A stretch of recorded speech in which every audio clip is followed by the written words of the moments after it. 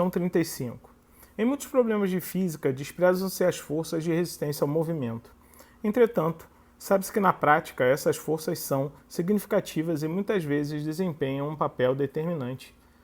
Por exemplo, no automobilismo, os veículos comumente possuem dispositivos aerodinâmicos implementados, os quais dão a função de distribuir para o aumento da downforce, uma força vertical inversa à sustentação que busca incrementar a aderência dos pneus ao asfalto através de um acréscimo de carga normal, permitindo que o veículo possa realizar as curvas com velocidade maior do que a que faria com esses dispositivos.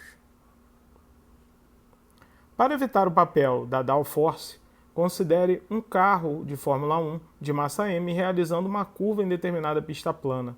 Ao se desprezar completamente os efeitos produzidos pelo seu movimento em relação ao ar, mas considerando o atrito entre os pneus e o asfalto, o carro consegue fazer a curva sem derrapar a uma velocidade máxima v.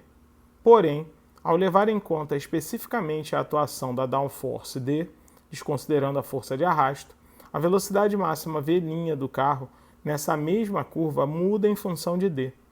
Nessas condições, o gráfico que melhor representa a relação v' sobre v em função de d é... Vamos então à solução da questão 35, onde nós temos um carro de Fórmula 1 executando uma curva, primeiramente com uma velocidade v. Bom, então vamos lá, né? Colocando aqui as forças, nós temos o peso vertical e para baixo, certo? Nós temos a reação normal de apoio perpendicular à superfície saindo dela, tá aqui, ó, é a normal, né? E para o centro da trajetória, nós vamos ter, logicamente, a força de atrito dos pneus com o solo, né? Tá aqui, ó, essa é a FAT, correto? Bom, executando o cálculo, né, da força centrípeta, primeiro sem downforce, sem a força para baixo, certo? Por isso o nome downforce. E aí nós temos que a força de atrito é a força centrípeta, porque ela está para o centro da trajetória. E a normal é igual ao peso, certo? Já fazendo as substituições, força de atrito é μ vezes normal, mas o peso é a normal, que é mg, e força centrípeta é mv ao quadrado sobre o raio, ok? Se eu cortar aqui com esse cara aqui, logicamente, a velocidade será a raiz quadrada de μgr, ok?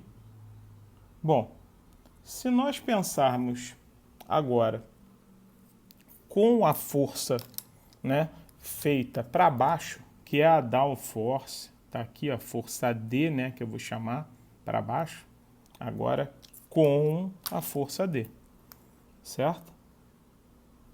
Nós teremos o seguinte, bom, a FAT continua sendo a força centrípeta, com um pequeno detalhe, essa FAT aqui é diferente, né? Logicamente a velocidade aqui também será diferente, então eu vou colocar tudo linha, né? Enquanto normal, que está para cima, senhores, será igual ao peso mais a downforce, certo? E aí, nesse caso, fica assim, ó, μ vezes a normal, que no caso é P mais D, né? Ou seja, mg mais D, é igual a mv' ao quadrado sobre R, que é o raio da trajetória. Logo, senhores, a minha velocidade, linha, será a raiz quadrada, bom, vai ficar bem grande agora, hein? Vai ficar assim, ó, μr, que multiplica mg mais d, correto? Dividido, senhores, por m, que é a massa, certo? Esse é o valor da força, melhor, da velocidade, quando aplicada a downforce, certo? Se nós tirarmos, né, a razão entre a velocidade v' e a velocidade v, amigos, Reparem que nós vamos poder cortar o Mi, certo? E o R. Então, nós só vamos ficar com a raiz quadrada de... Olha lá. Vai ficar assim, ó. O Mi e o R sumiram, então só vai ficar M vezes G mais D, certo? Sobre mg, certo? Que é o peso. Bom, amigos, vamos pensar agora. Nós temos que desenhar o gráfico, né, dessa função. O gráfico dessa função, basicamente, entre a velocidade e a downforce, que é a força para baixo, né? E aqui é da razão de V' sobre V, senhores. Vamos primeiro substituir o D por zero. Se eu substituir o D por zero aqui, vai ficar mg sobre mg. Aí vai ficar 1, raiz de 1 é 1 mesmo. Então a gente começa a partir do 1. Correto? Então, a partir daí, você já vai poder imaginar que nós temos todos os gráficos começam a partir de 1. Ok? Só que isso aqui é uma função